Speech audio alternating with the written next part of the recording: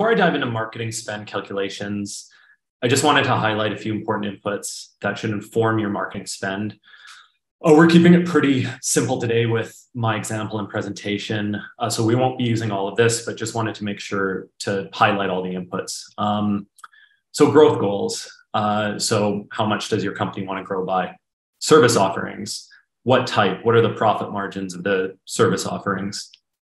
Marketing and sales performance. So historically, what has your performance been? And we'll be looking at that as part of the calculations today. And then what are the industry standards for performance? We work with a lot of landscaping companies, so we can get a gauge on, what's the, typical cost per lead? Are we hitting that or are we exceeding that with our landscaping partners? Logistics, so your service area, size, saturation, competition, fixed cost resources, that should factor into your marketing spend. Seasonality, as Andrew mentioned earlier, we work with Canadian landscaping companies, so very seasonal based companies. So this is extremely important when distributing your marketing spend.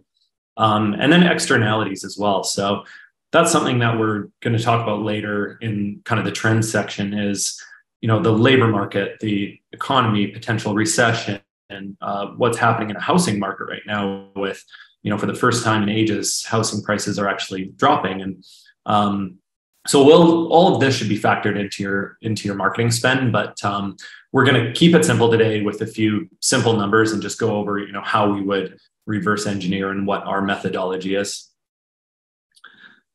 The next one is, how do people currently calculate marketing spend? And the most common method we see with landscaping companies today is using the percentage of revenue model. So this is where you set your marketing budget to a percentage of your current revenue. So, you might set it to 5% of your current revenue, or 10% if you want to grow a little faster, 1% if you want to grow a little slower. This is pretty flawed. It doesn't factor in your growth goals. It only bases it on current revenue. It's an overly simplistic way to think about setting your marketing spend and budget. And it very often doesn't take into account different services and how your budget should be different for different services, profit margin, seasonality, cost per acquisition, cost per lead. So these are all things that are really important and vary widely from company to company. All right, so a better way to do it, and we believe the best way to set your marketing spend is to reverse engineer. So this basically calculates how much marketing spend you require to support your current revenue and your growth goals. It uses previous ROI performance and industry standard marketing performance as an input to future performance. It's flexible. So if your performance improves, as things change seasonally, as your service varies, or as you add new services, it's really flexible around this. And it factors in recurring services and lifetime value and churn and retention from recurring services as well. So for the sake of this example, we're going to use a made-up company, Mighty Moose Landscaping, very Canadian-based company. It has a yearly revenue of $5 million currently. They would like to grow by a pretty decent margin of 20% to $6 million in 2023. And they specialize in design, build, and maintain services. So part one of determining your marketing spend and using this reverse engineer methodology, you'll need to do 4 key calculations. So those are figuring out your cost per lead, your cost per sale, revenue per sale, and revenue per lead. So the first and probably hardest calculation to make is your cost per lead. So cost per lead essentially measures the effectiveness of your marketing and lead generation efforts. So the name of the game in marketing is generating the greatest number of quality leads. So people interested and willing to purchase your services for the least amount of marketing spend to achieve the greatest amount of marketing return on investment. Cost per lead is the first piece of this puzzle. So cost per lead can and almost always does differ widely from service to service. This should make sense, as it should cost more money to acquire customers for a higher revenue service. For the sake of this example, we're only going to calculate cost per lead for a single service, just to keep it simple. And finally, there's different methods for calculating cost per lead. So basically, how you approach calculating cost per lead depends on factors such as your current measurement and analytic systems, data you have available, your service offerings, your marketing channels, and so forth. Generally speaking, the more data you collect, the longer you've been collecting data, the more robust your measurement processes are, the more accurately you're able to calculate cost per lead. And so we'll start with our first calculation example here. So we have two methods here. We're only going to examine one just for simplicity's sake. So the first method, the easiest way to get a gauge on your cost per lead, is simply dividing your total marketing spend by total number of leads generated over the same period of time. This is simple, but could potentially be quite inaccurate and have a number of drawbacks. However, if you don't have any measurement systems in place, it will at least give you some idea of cost per lead that you can work off of moving forward, and the effectiveness of your marketing efforts. So for the sake of the example today, we'll use method one.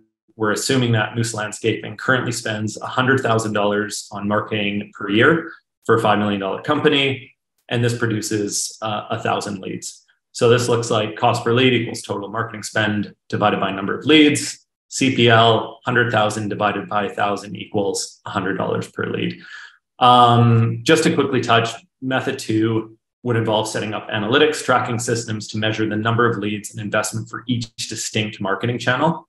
And it's going to give you far more accurate data, cost per lead data, but just not something that we have time to dive into today. So we're going to go with the $100 for our Moose Landscaping example. And so there you go, cost per lead, $100. Mr. Moose loves it. And we'll continue to our next calculation, cost per sale.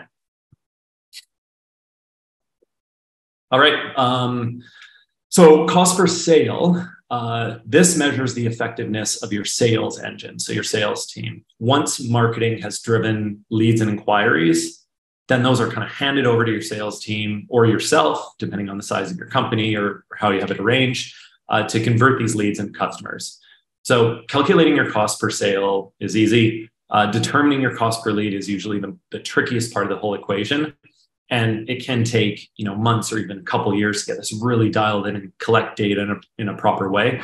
But once you have cost per lead, calculating your cost per sale is fairly simple. The first step to calculating your cost per sale is to determine your lead conversion rate. So conversion rate is how often a lead or an inquiry converts to a customer. So simply sales divided by leads. So for example, if you convert 500 sales from 1,000 inquiries that you get, your conversion rate is 50%.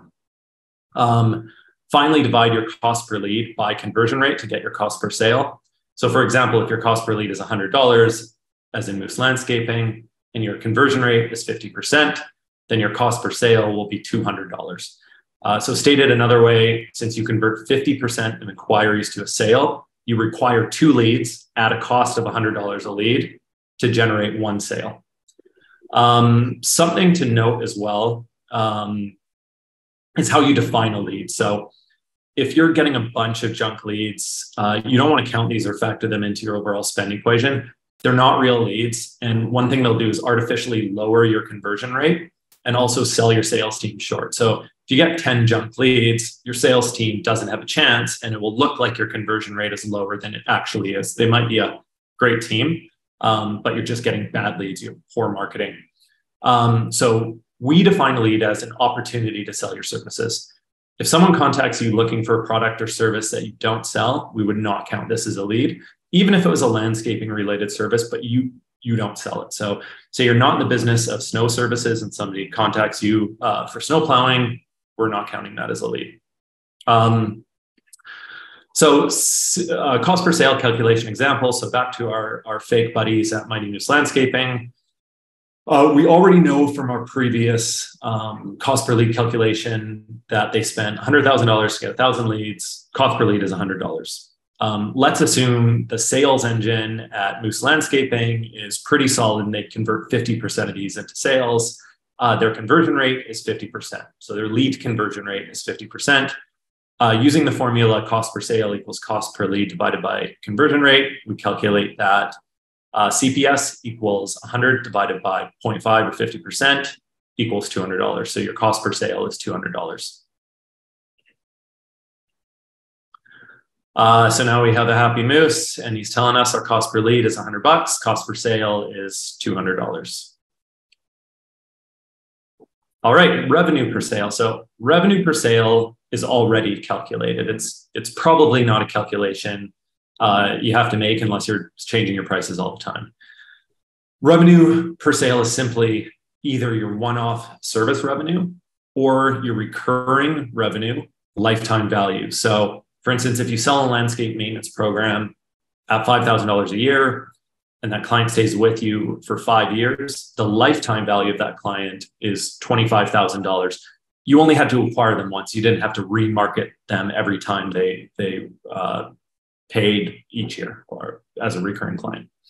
A couple things here. Know your churn and retention rates. So this is one thing that we always ask our landscaping partners, and a lot of the time they'll have a general idea, but they don't have the numbers. So one note about recurring programs such as landscape maintenance or snow services is to make sure you track these over time. Even if you're a new company, just start from the get-go and really know these numbers. So what is it? So for example, if you have 10 recurring clients and you lose one client a year, you have a 90% retention rate. Conversely, that's a 10% churn rate. You've churned out 10% of your clients. This is important because it affects how you calculate the average lifetime value, which is a calculation you need to determine your marketing spend. The next thing is know your upsell numbers as well. So a big missed opportunity we commonly see for landscaping companies is not engaging effectively with past customers. We have a system in place that helps landscapers capitalize on this valuable lead source. So these past clients are typically easier to convert since they already know you and trust your company. Additionally, you already have valuable data on their personas, their past service purchase, when they purchased it, their service location, and a lot more.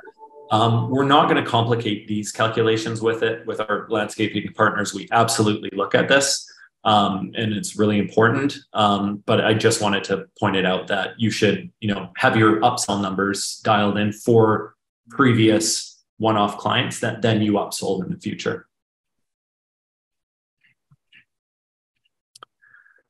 All right, so as mentioned above, revenue per sale will vary widely depending on each specific service and whether or not it's a one-off or recurring program. And recurring programs will have a much larger lifetime value than their initial acquisition.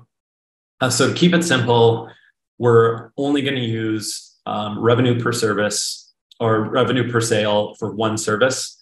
And we're just going to call it smaller landscaping jobs for Mighty Moose. And this service has an average revenue of $10,000. So therefore, RPS equals $10,000. So we got our happy moose. He's almost there. Cost per lead 100, cost per sale 200, revenue per sale is 10,000. So on to the final calculation here in part one is revenue per lead. So revenue per lead is simply revenue per sale times conversion rate. So the higher the conversion rate, the more revenue each lead will produce on average. So for the revenue per lead calculation example, we know our fake friends at Mighty Moose have an average revenue per sale of 10,000. And we also know their crack sales team converts leads at a rate of 50%. Therefore, revenue per lead equals revenue per sale times conversion rate. 10,000 times 50% equals $5,000 revenue per lead. And our party moose has all the numbers he needs now to proceed to step 2 of our calculations. So in part 2, we're going to align your marketing spend now with growth goals using all these calculations from part 1. So once you've completed the 4 calculations in part 1, we'll move on to part two, marketing spend equation. First part of that is calculating your total growth required. So that's not just new growth, that's replacement growth.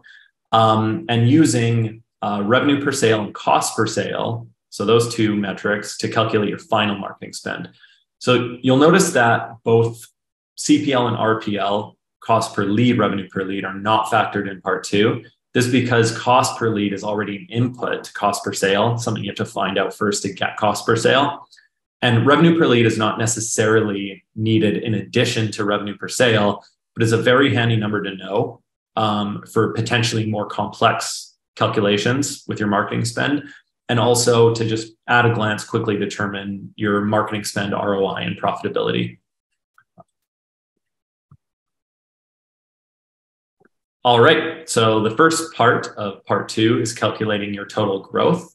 So total growth equals new growth plus replacement revenue plus churn revenue. So this is where the percentage of revenue model can severely miss the mark. This is because new growth plus replacement revenue differs widely from company to company. So for example, a $10 million annual revenue landscaping company that only wants to grow by 5% and earns the majority of its revenue from recurring maintenance programs is going to require a much smaller marketing spend than that same $10 million annual revenue landscaping company, but it wants to grow by 25% and earns the majority of its revenues from one-off construction projects. So let me go into new growth, replacement revenue, churn revenue. So new growth is just your growth goal. If you want to grow by 20%, like Moose Landscaping, from 5 million to 6 million, you need to gain $1 million of revenue. Replacement revenue is your current revenue minus recurring programs. So if you currently earn 40% of your revenue from recurring programs and 60% of your revenue from one-off projects, then you need to acquire new customers to replace that 60% from one-off because they're not coming back, they're not recurring. And therefore you need marketing to produce leads to convert into sales for the non-recurring customers. And then finally, churn, the revenue you need to replace from clients that leave your recurring program. So earlier, I touched briefly on retention and churn rates. So for example, if you have 10 recurring service customers, one leaves, your churn rate is 10%. You also need to replace this churned recurring revenue with new revenue from somewhere. All right, reverse engineering your marketing spend. So this part two, first, calculate number of sales needed. Once you've determined your total growth revenue required, just divide this number by revenue per sale, and then that'll just pop out how many sales you need to get to that total new growth revenue number needed. The next step and final step to get your marketing spend number is multiply the number of sales needed with how much it's going to cost you for each sale. So if you need 500 sales and it costs you X amount per sale, that's just how much money you're going to have to put to acquire that revenue. So let's throw some numbers into here. So this is the final Mighty Moose calculation. Total growth equals new growth, replacement, and churn revenue. So we already know Moose wants to grow by 20%. That's 1 million. We're going to say of the 5 million they currently have, 3 million of that is one-off projects. They have to replace that. And then of the 2 million that's recurring revenue, they have a fairly decent retention of 90%. Like to see that a little higher. So they churn out 200K. So they need to come up with 4.2 million in growth revenue. So the number of sales needed for this, total growth divided by revenue per sale, 4.2 million. We got 10,000 per sale. They need 420 sales. Marketing spend equals number of sales needed times cost per sale. They need 420, cost them $200 per sale. Their marketing budget, $84,000 a year.